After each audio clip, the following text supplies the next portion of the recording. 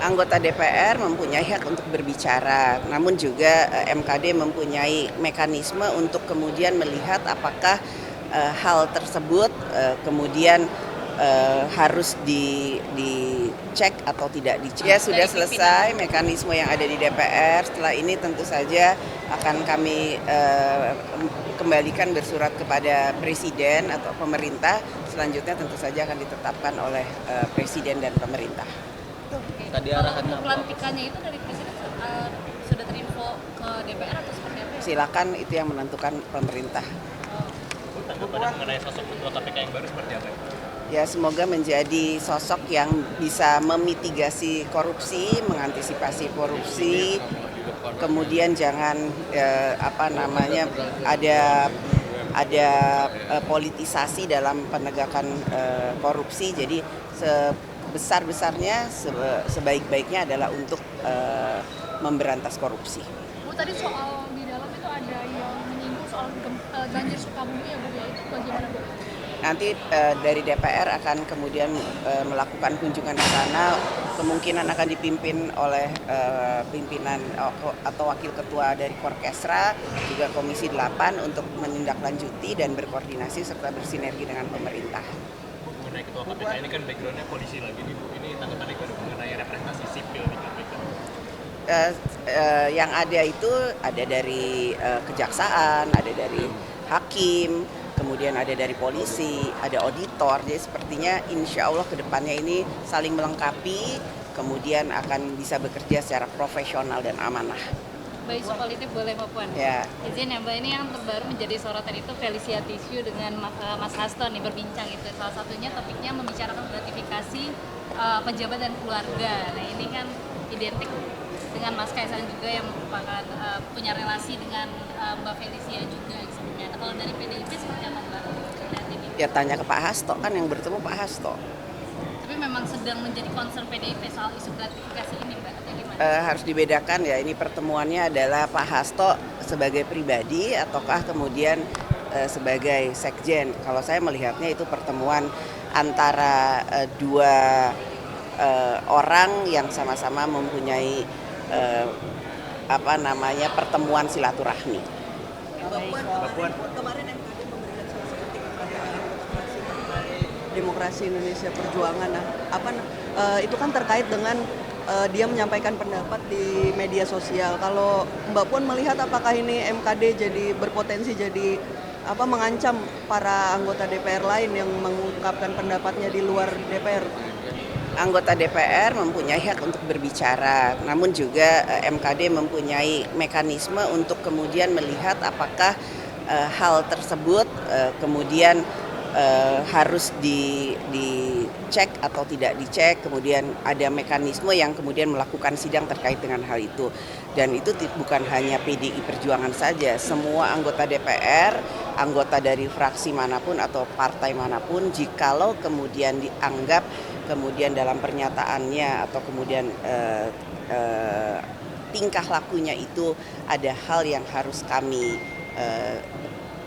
cermati atau kemudian kami evaluasi, tentu saja kami harus menindaklanjuti hal tersebut dalam mekanisme dan profesionalitas yang kami lakukan melalui MKD. Puan, kemarin lagi rencananya kan hari pekan depan, hari Selasa itu pemerintah akan mengumumkan menaikkan PPN 12%. Sementara ini kan memang ada penolakan terhadap PPN 12%, bahkan usaha mengatakan kemungkinan bakal ada PHK besaran. Kira-kira tanggapan dari DPR sendiri? Kami berharap pemerintah bisa mendengarkan dulu aspirasi dari seluruh masyarakat, dari pengusaha, dari buruh, dan seluruh elemen masyarakat sebelum kemudian memutuskan hal yang sangat krusial ini. Walaupun memang itu sudah ditentukan dalam undang-undang, namun pemerintah juga berhak untuk kemudian mengevaluasi, karena kita juga harus melihat bagaimana aspirasi masyarakat dan bagaimana situasi ekonomi saat ini. Jadi kita lihat dulu. Namun harapan dari DPR, saya yakin pemerintah pasti akan mendengarkan dulu aspirasi dari masyarakat. Bapak, kemarin kan ramai soal Gus Miftah itu dinilai netizen merendahkan rakyat kecil gitu ya. Itu dari DPR sendiri melihatnya gimana ya? Apakah ada dorongan untuk mencopot Gus Miftah gitu? Wah, itu istana sudah mengatakan bahwa jangan pernah melakukan hal itu, bahkan itu tidak sesuai dengan apa yang disampaikan oleh Bapak Presiden. Jadi marilah kita membangun Indonesia ini dengan saling menghormati, saling menghargai, jangan saling merendahkan. Namun bangunlah Indonesia dengan rasa persaudaraan tanpa saling merendahkan. Ya, terima kasih. Ya, sudah selesai mekanisme yang ada di DPR. Setelah ini tentu saja akan kami kembalikan bersurat kepada Presiden atau pemerintah. Selanjutnya tentu saja akan ditetapkan oleh Presiden dan pemerintah. Tadi Kalau arahannya untuk pelantikannya itu dari presiden sudah terinfo ke DPR atau seperti apa? Silakan, itu yang menentukan pemerintah. tanggapan mengenai sosok ketua KPK yang baru seperti apa? Ya, semoga menjadi sosok yang bisa memitigasi korupsi, mengantisipasi korupsi, kemudian jangan ada politisasi dalam penegakan korupsi. Jadi sebesar-besarnya, sebaik-baiknya adalah untuk memberantas korupsi. Bu, tadi soal di dalam itu ada yang menyinggung soal banjir Sukabumi ya Bu, ya itu bagaimana Bu? Nanti dari DPR akan kemudian melakukan kunjungan ke sana, kemungkinan akan dipimpin oleh pimpinan atau wakil ketua dari Korkesra, juga Komisi 8 untuk menindaklanjuti dan berkoordinasi serta bersinergi dengan pemerintah. Mengenai ketua KPK ini kan backgroundnya polisi lagi nih Bu, ini tanggapannya mengenai representasi sipil di KPK?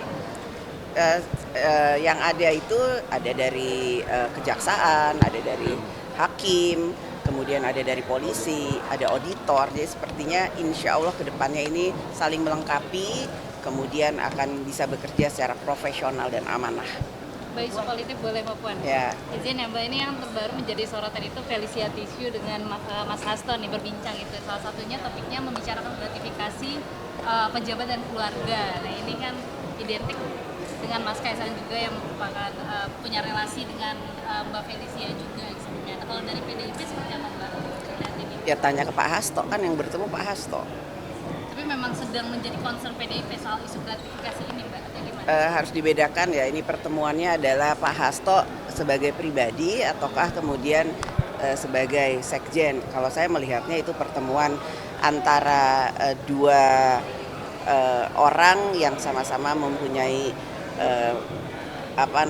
pertemuan silaturahmi.